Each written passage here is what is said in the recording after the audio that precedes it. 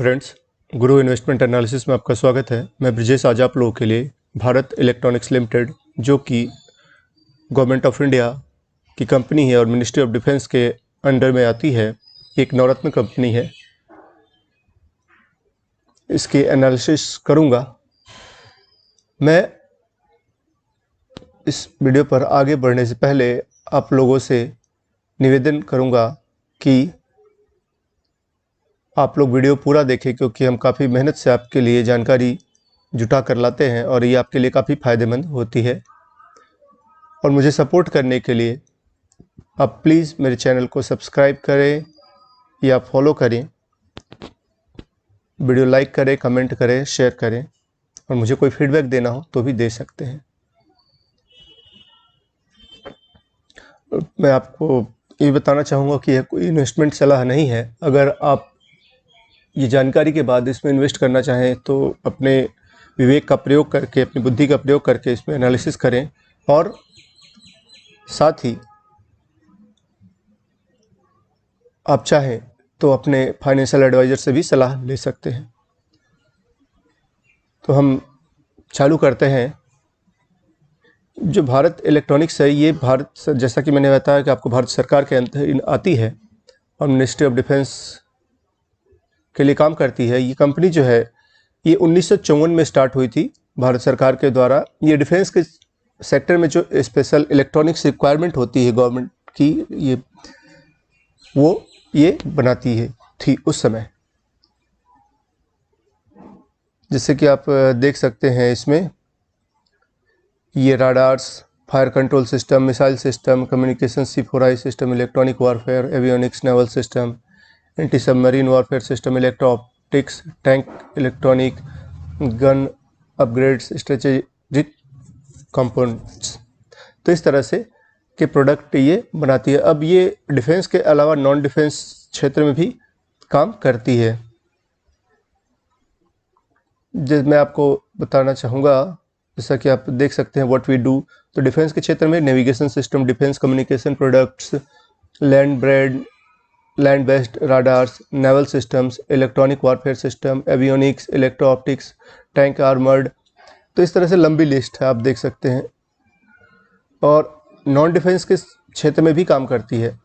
अब पहले ये जब इस्टेब्लिश की गई थी तब ये डिफेंस के सेक्टर के लिए काम करने के लिए की गई थी, लेकिन अब cyber security, e mobility, railways, e governance, land security, civil radars, turnkey projects, components, devices, telecom, broadcast system, software services, electronic manufacturing services X. तो इस तरह से काफ़ी सारी चीज़ें बनाती है। उसके अलावा कंपनी जो है, जब कोविड हुआ था तो रिकॉर्ड टाइम में इन्हें 30,000 ICU वेंटिलेटर्स बनाकर भारत सरकार को दिया था। और ये जो कंपनी है वो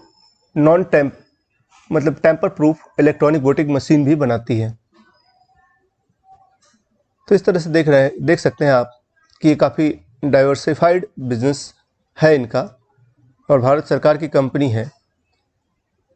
मैं खुद इसमें निवेश किए हुए हूँ और काफ़ी समय से किया हुआ है मैंने, तो मुझे अच्छा खासा रिटर्न मिल रहा है। अगर हम कंपनी के शेयर प्राइस की बात करें तो ये आपका 11 जुलाई को इसका जो प्राइस था वो 127 रुपये 35 पैसे था।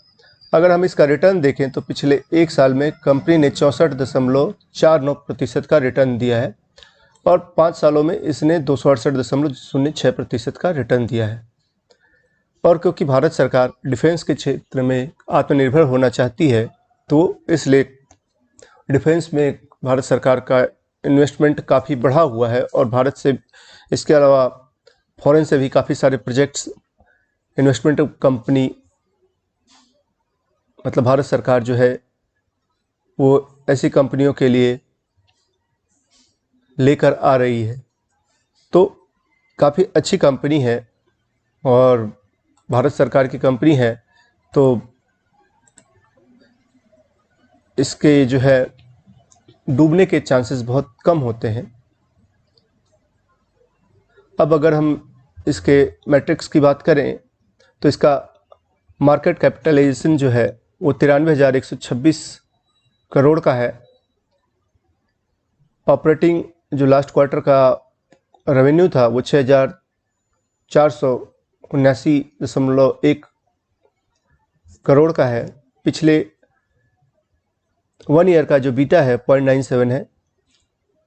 प्राइस टू बुक रेशियो 6.7 है। नेट प्रॉफिट क्वार्टर का जो है 1,382 करोड़ है और 30 दिनों का सिंपल मूविंग एवरेज जो है 120.6% है।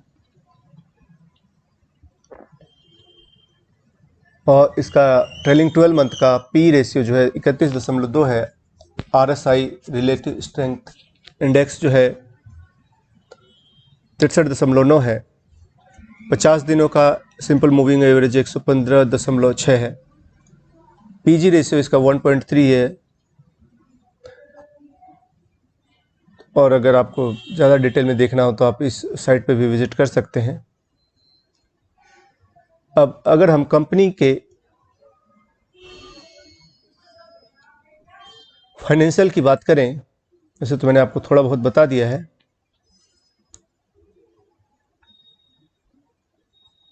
तो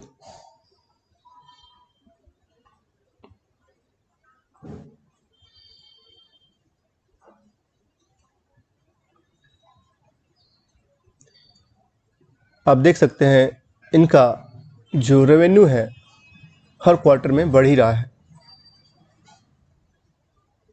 जिससे इसने लास्ट क्वार्टर में मार्च 2023 का इनका रेवेन्यू था 6,545.3 करोड़। इनका जो प्रॉफिट था 1,831.8 करोड़ था। ऑपरेटिंग प्रॉफिट था ये। प्रॉफिट बिफोर टैक्स था 1,781.6 करोड़ और नेट प्रॉफिट जो था 1,382 करोड़।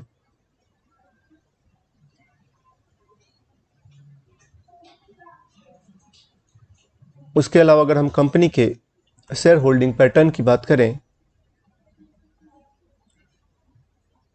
तो प्रोमोटर्स के पास 51.1% है। प्रोमोटर्स मतलब कि भारत सरकार। FII जो फॉरेन इन्वेस्टर हैं उनके पास 17.4% है। DII जो कि हमारे डोमेस्टिक इन्वेस्टर हैं उनके पास है 24.8%। पब्लिक के पास 6.7%।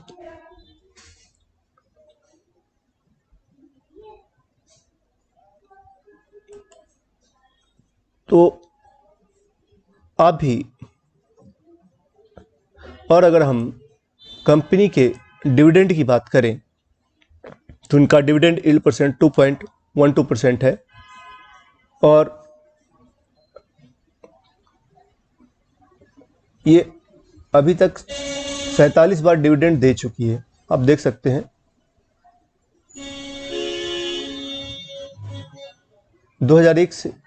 2003 से रेगुलर डिविडेंड देती आ रही है।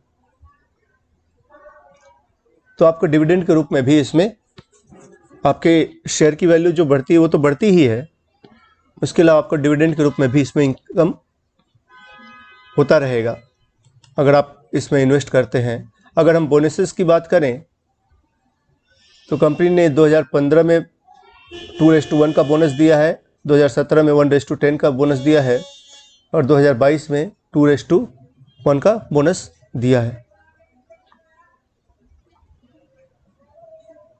अब आइए हम थोड़ा सा बोनस जो मिलती है कंपनी से उससे क्या फ़ायदा होता है वो देख लेते हैं। जैसे मान लीजिए अगर आपने जुलाई 2015 में 100 शेयर लिया होगा, उस समय शेयर की प्राइस थी किसी डेट की 22.08, तो आपका टोटल इन्वेस्टमेंट 2208 मतलब 2208 रुपये था। अब कंपनी ने सितंबर 2015 में आप देख सकते हैं 2:1 का बोनस दिया, मतलब एक शेयर पे 2 शेयर का बोनस मिला। तो आपको बोनस कितना शेयर मिला? 200 शेयर। आपके पास पहले 100 शेयर थे, उस पर आपको 200 शेयर का बोनस मिल गया, तो आपके पास कितना हो गया? 300 शेयर। अब उस समय आपके शेयर की प्राइस थी 32.96, तो आपके टोटल जो वैल्यू हो गई जो आपके इन्वेस्टमेंट की 9,000 ₹888, जो कि आपके इन्वेस्टमेंट का 448% है। फिर अगर आपने उसे नहीं बेचा, आप रखे रहे, तो 2017 में कंपनी ने फिर 10:1 1:10 का बोनस दिया, मतलब 10 शेयर पे 1 शेयर, तो आपको 30 शेयर मिले। तो आपके 300 शेयर कितने हो गए? 330 शेयर। यहाँ पे इसकी जो प्राइस थी ₹55.40 थी, तो आपकी टोटल वैल्यू हो गई ₹18,282, जो आपके इन्वेस्टमेंट का 828% है। मतलब आपको 828% का यहाँ पे रिटर्न मिला। फिर कंपनी ने 2022 में फिर से 2:1 का बोनस दिया, मतलब 1 शेयर पे 2 शेयर का बोनस दिया। तो आपके पास थे कितने? 330 शेयर। आपके 330 का 2 गुना, मतलब 660 शेयर का बोनस मिला। तो आपके पास टोटल शेयर हो गए 990 शेयर। अब यहाँ पे शेयर प्राइस जो है 100.80 है। तो आपका टोटल इन्वेस्टमेंट जो है उसकी वैल्यू हो गई ₹99,792। तो आप देख सकते हैं आपने इन्वेस्ट कितना किया था इनिशियली? 2208। आपका वैल्यू कितना हो गया? 99,792। तो आप देख सकते हैं, और आपको रिटर्न कितना मिला? 4,520% का। तो इस तरह से आप देख सकते हैं कि अगर आप लॉन्ग टर्म इन्वेस्टमेंट करते हैं तो आपको कितना फ़ायदा होता है।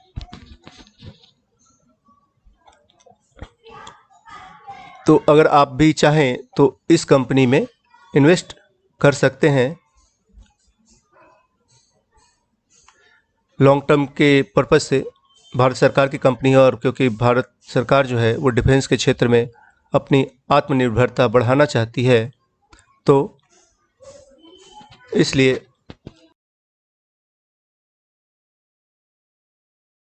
भारत सरकार विदेशों से काफ़ी सारा इन्वेस्टमेंट लेकर आ रही है। हमारे डिफेंस क्षेत्र में भी इन्वेस्टमेंट करने के लिए, और भारत सरकार खुद भी काफ़ी सारा इन्वेस्टमेंट इस सेक्टर में कर रही है, जिससे ऐसी कंपनियों को काफ़ी फ़ायदा हो रहा है। और इसके साथ अगर आप भी ऐसी कंपनियों में इन्वेस्ट करते हैं तो आपको भी इसका फ़ायदा मिलेगा। लेकिन मैं आपको बताना चाहूँ कि ये कोई इन्वेस्टमेंट सलाह नहीं है, इसलिए आप अपने फाइनेंशियल एडवाइज़र से सलाह लें। और अपनी बुद्धि का प्रयोग करें इन्वेस्टमेंट करने से पहले। ये वीडियो एक एजुकेशनल पर्पज़ से बनाया गया है, क्योंकि मैं खुद 2010 से 2009 से शेयर मार्केट में काम कर रहा हूँ, और इतने सालों में मैंने बहुत सारी गलतियाँ की हैं। तो मैं नहीं चाहता कि वो गलती आप भी करें, और मैंने गलतियाँ की तो ऑब्वियस मुझे नुकसान हुआ होगा, तो वो नुकसान आपको ना हो। और क्योंकि मार्केट में बहुत सारे ऐसे लोग भी हैं जो आपको गलत जानकारी देते हैं, और उससे अपने फ़ायदे के लिए वो तो अपना पैसा कमा लेते हैं, लेकिन आपको नुकसान हो जाता है। मेरे साथ भी ऐसा कई बार हुआ है, क्योंकि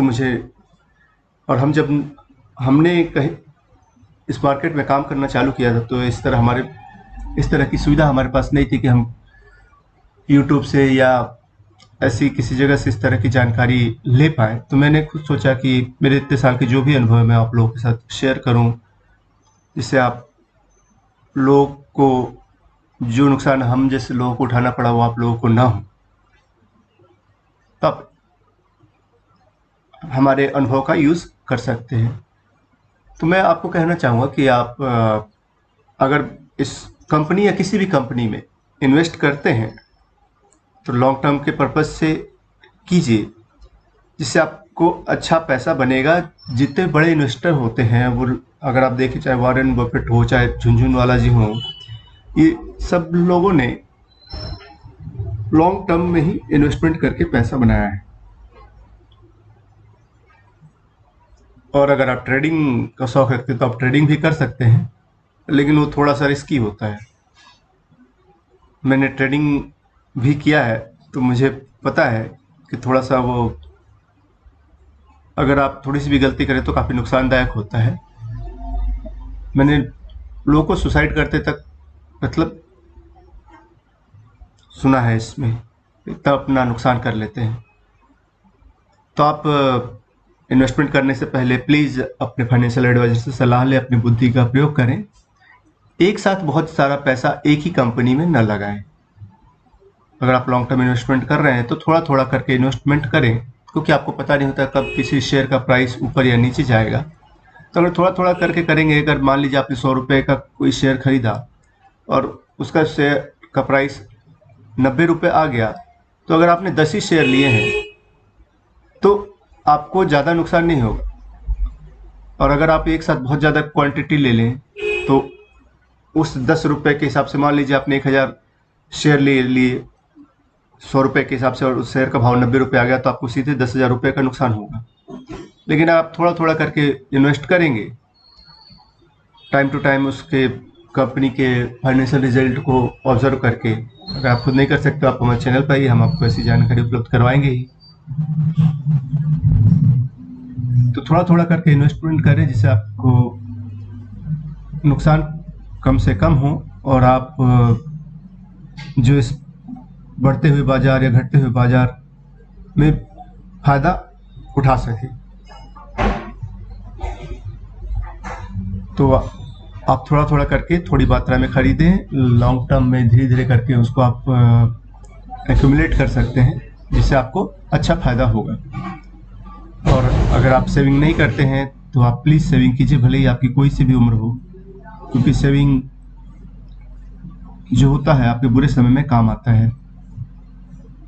जब आपका कोई साथ नहीं देता तो आपकी सेविंग जरूर आपका साथ देती है। तो इसलिए सेविंग कीजिए। सेविंग करने के बाद आपने अगर अपना डीमैट अकाउंट नहीं खुलवाया है तो किसी भी कंपनी को देखकर आप अपना डीमैट अकाउंट खुलवा सकते हैं और मार्केट में अपना इन्वेस्टमेंट चालू कर सकते हैं, और भविष्य में चलकर आप फाइनेंशियली इंडिपेंडेंट हो सकते हैं। आपको किसी पे निर्भर करने की ज़रूरत नहीं है, क्योंकि आपको पता है कि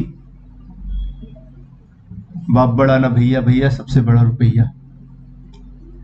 तो आप भी अपने फाइनेंशियल इंडिपेंडेंसी में इस तरह से अपनी जर्नी स्टार्ट कर सकते हैं, अगर अभी तक आप ने नहीं किया है। और जितनी छोटी उम्र से करेंगे आपको आगे चलकर उतना ज़्यादा फायदा होगा।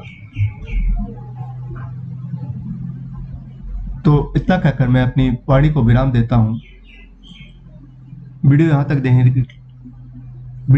देखने के लिए धन्यवाद। मुझे सपोर्ट करने के लिए प्लीज़ चैनल सब्सक्राइब करें या फॉलो करें, वीडियो पर लाइक करें, कमेंट करें, शेयर करें, फीडबैक दें, जिससे मैं आप लोगों के लिए और अच्छा कर सकूं। वीडियो यहाँ तक देखने के लिए आपका धन्यवाद।